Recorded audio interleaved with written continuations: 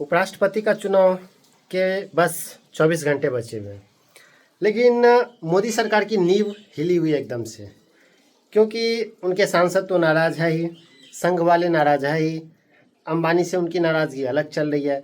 लेकिन उनके साथ साथ उनके जो अपने सांसद हैं, आपको एक तो हो गए उनके राजीव प्रताप रूडी, जो कि एक अलग ही नाराज चल रहे। वो काफ़ी सारे इंटरव्यू में यह बयान दे चुके हैं कि उनको जो समर्थन मिला कॉन्स्टिट्यूशन क्लब ऑफ इंडिया वाले चुनाव में, वो बीजेपी की तरह अपोजिशन पार्टी से भी काफ़ी ज़्यादा सपोर्ट मिला उनको।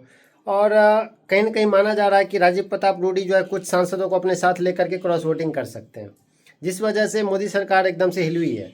सवाल ये बिल्कुल नहीं है कि उपराष्ट्रपति पद का जो चुनाव है वो बीजेपी हार जाएगी, क्योंकि उनके पास मैंडेट है और जीत के लिए आपको चाहिए 391, 392 भी आ जाएंगे तो मोदी सरकार जीतेगी, और 440 आएंगे तब भी मोदी सरकार जीतेगी, क्योंकि उनके पास 440 के अप्रॉक्स है। लेकिन जो मैटर करता है वो ये करता है कि यदि 10 वोट भी वोट क्रॉसिंग होती है, यदि 10 वोट भी इधर से उधर शिफ्ट करता है, यदि विपक्ष की तरफ शिफ्ट होता है, तो फिर उनके खुद के सांसद पूछेंगे कि मोदी जो कि अकेले ड्राइविंग सीट पर हमेशा रहते थे, मोदी के नाम पर चुनाव मांगते थे, अब उनकी नींव कहाँ चली गई।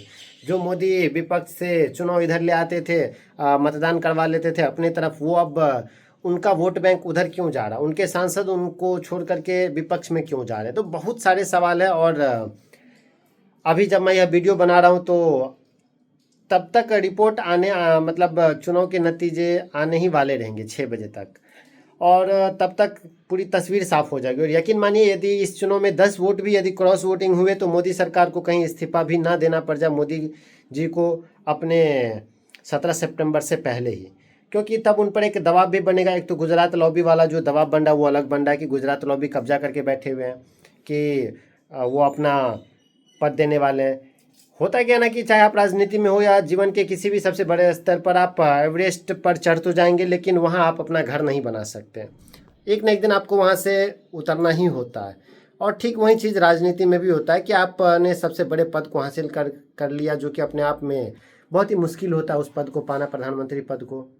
लेकिन अब आप वहाँ हमेशा नहीं रह सकते, एक न एक दिन आपको नीचे आना ही होता है। और वही समय अब आ गया मोदी जी के लिए कि मोदी जी अब उस स्थिति में नहीं है, ना ही उनके पास अपना पूर्ण बहुमत है, बैसाखियों के सहारे यह सरकार चल रही है।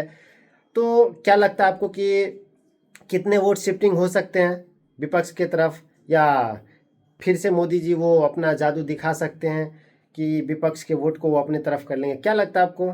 प्लीज़ जाइए और कमेंट में बताइए कि क्या लगता है आपको, मोदी का जादू चलेगा? मोदी जी जो अब बैसाखियों के सहारे चल रहे हैं, उनका दिन नज़दीक आ रहा है।